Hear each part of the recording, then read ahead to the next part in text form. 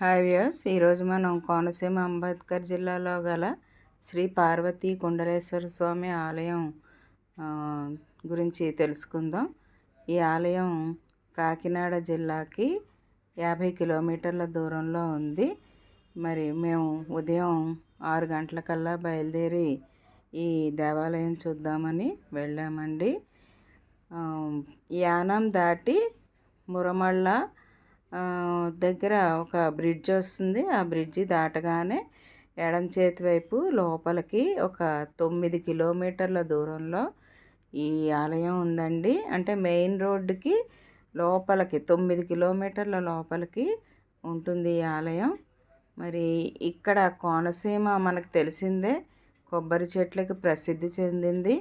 అలాగే గోదావరి నదీ పాయలు ఇటు అటు కూడా, మరి రోడ్డుకి అటు ఇటు ఈ గోదావరి నది రెండు వైపులా కూడా పాయాలండి.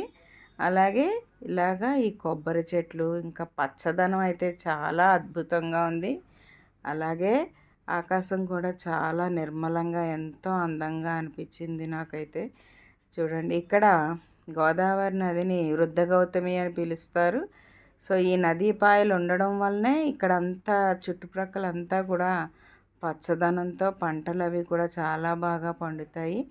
ఇక్కడ ఎటువంటి అంటే కరువులు కాటకాలు అవి కూడా చాలా తక్కువ అండి. చూసారా కొబ్బరి ఎంత చెట్టు ఉందో, ఎంత పంట, బోల్డంత పంట పండుతుందండి కొబ్బరి.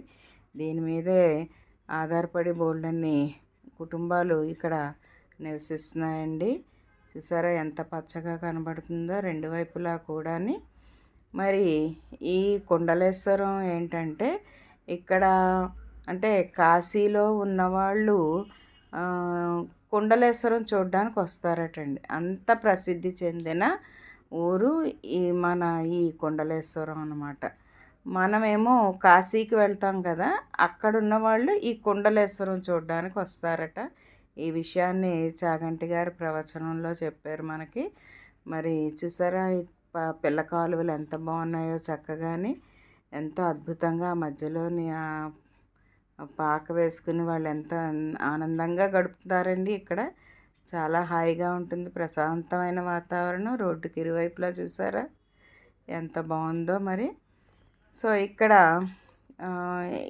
ఈ కుండలేశ్వరానికి ఈ పేరు ఎలా వచ్చిందంటే, కుండలేశ్వరం, కుండలము అంటే చెవులకు పెట్టుకునే రింగులు అనమాట అండి. మనం చూడండి, కర్ణుడు కవచకుండలాలతో పుట్టాడు అని చదువుకున్నాం చిన్నప్పుడు. సో అలాగా ఈ బుట్టల్లాగా అనమాట. అంటే ఇక్కడ శివలింగం ఎలా ఉంటుందంటే కుండలం ఆకారంలో ఉంటుంది, అంటే బుట్ట ఆకారంలో ఉంటుందన్నమాట అండి. అందుకనే ఇక్కడ శివుణ్ణి కుండలేశ్వరుడు అని పిలుస్తారన్నమాట. మరి ఈ కుండలేశ్వరం ఊరికి మొదట్లోనే మనకి పుష్కర రేవు ఉంటుందన్నమాట. ఇక్కడ గోదావరికి నిత్య పుష్కరాలు అంటండి. అంటే మనం ఎప్పుడు ఇక్కడ స్నానం చేసినా కూడా పుష్కర స్నానం కిందే లెక్క వస్తుందంట. చూసారా, ఇది పుష్కర ఘాట్ అనమాట అండి. మరి గోదావరి పుష్కరాలు వచ్చినప్పుడు ఇక్కడ చాలా ఎక్కువ మంది వచ్చి స్నానాలు అవి చేస్తూ ఉంటారు. సో ఇది ఊరికి మొదట్లో ఉంటుందన్నమాట ఈ పుష్కర ఘాట్. ఇక్కడ ఎప్పుడు కూడా నిత్యం పుష్కర ఫలితమే వస్తుందన్నమాట అండి ఇక్కడ ఎప్పుడు స్నానం చేసిన. సో ముందుగా మనం ఊర్లోకి వెళ్ళే ముందు ఇక్కడ ఈ పుష్కర ఘాట్ని సందర్శించుకొని, వీలైన వాళ్ళు లోతు ఎక్కువగా ఉంటుందంటండి. అందువల్ల కొంచెం జాగ్రత్తగా వెళ్ళి అక్కడ స్నానం చేసుకుని అక్కడి నుంచి ఊర్లోకి ఒక 1/2 కిలోమీటర్ దూరం ఉంటుందండి ఈ దేవాలయం. ఇది మెయిన్ గేట్ అనమాట. ఇక్కడ నుంచి లోపలికి వెళ్తే మనకి చాలా ప్రశాంతంగా ఉంటుంది వాతావరణం అంతా కూడా. అలాగే ఇక్కడ పర్వదినాల్లో మరి ఎక్కువ మంది భక్తులు వస్తూ ఉంటారు కాబట్టి వారి కోసం అని చెప్పి ఎండ దెబ్బది తగలకుండా పైన రేకులతో షెడ్లు అవి నిర్మించి చాలా చక్కగా అన్ని సదుపాయాలు కల్పించారండి. అలాగే ఈ ప్రాంగణంలో కుండలేశ్వర స్వామితో పాటు ఆంజనేయ స్వామి, వేణుగోపాల స్వామి, అలాగే దుర్గాదేవి ఆలయం కూడా ఉన్నాయండి. ముందుగా మనం ఇక్కడ ఈ లోపలికి వెళ్తే ఇది ఎంట్రన్స్ అన్నమాట అండి. సో ఇక్కడ చూసారా, ఇదేమో ఆంజనేయ స్వామి టెంపుల్ అన్నమాట. ఆంజనేయ స్వామి టెంపుల్ చూసుకొని ఇక్కడ దండం పెట్టుకుని మనం అలాగా లోపలికి ఈ కొండలేశ్వర స్వామి టెంపుల్ లోపలికి వెళ్ళగానే లెఫ్ట్ సైడు ఇలాగా వినాయకుడు, అలాగే సుబ్రహ్మణ్యేశ్వర స్వామి, నాగేంద్రుడు ఉంటారు. ఇది చూస్తున్నారా, ఇక్కడ పక్కన కుండల ఆకారంలో ఉందన్నమాట టెంపుల్. లోపల శివుడు, కుండలేశ్వర స్వామి అన్నమాట అండి. చూడండి, చాలా బాగుంటుందండి టెంపుల్. అది కూడా ఇక్కడ చాలా చక్కగా అన్నీ కూడా మనకి చూడనిస్తారు. అలాగే పక్కనే అమ్మవారు పార్వతీదేవి ఎంతో కళగా, చాలా అందంగా, మనసుకి ప్రశాంతంగా చక్కగా ఉంటుందన్నమాట అండి టెంపుల్. ఇక్కడ అంటే ఈ కొండలేశ్వర స్వామికి చిన్న కథ ఉందంటండి. అదేంటంటే గౌతమి నది సముద్రుడి మీద కోపంతో సముద్రుడిని వేధించాలని అనుకుంటుందంటండి. అప్పుడు గౌతమి నది కోపం పోగొట్టడానికి సముద్రుడు గౌతమికి సూర్య తేజస్సుతో మెరుస్తున్న ఒక కుండలాల్ని బహుమతిగా ఇస్తాడంటండి. అప్పుడు గౌతమి నది కోపాన్ని తగ్గించుకుని తన యొక్క వేగాన్ని తగ్గించుకుని ఈ ప్రదేశంలో ఈశ్వరుడి యొక్క ప్రతిష్టకి అంగీకరించిందండి. నారదుడు ఈశ్వరుని ప్రతిష్ఠించుకోవడానికి అంగీకరించిందంటండి. అందుకే ఈ ప్రదేశం కొండలేశ్వరంగా పేరు పొందిందన్నమాట అండి. ఇక్కడ చెప్పాను కదండి, గోదావరి నదికి ప్రతిరోజు కూడా పుష్కరాలేనంటండి. అలాగే ఇక్కడ ప్రతి సోమవారం కూడా అభిషేకం, ప్రతిరోజు అభిషేకం జరుగుతుంది. అలాగే సోమవారం 2 సార్లు అభిషేకం చేస్తారటండి స్వామివారికి.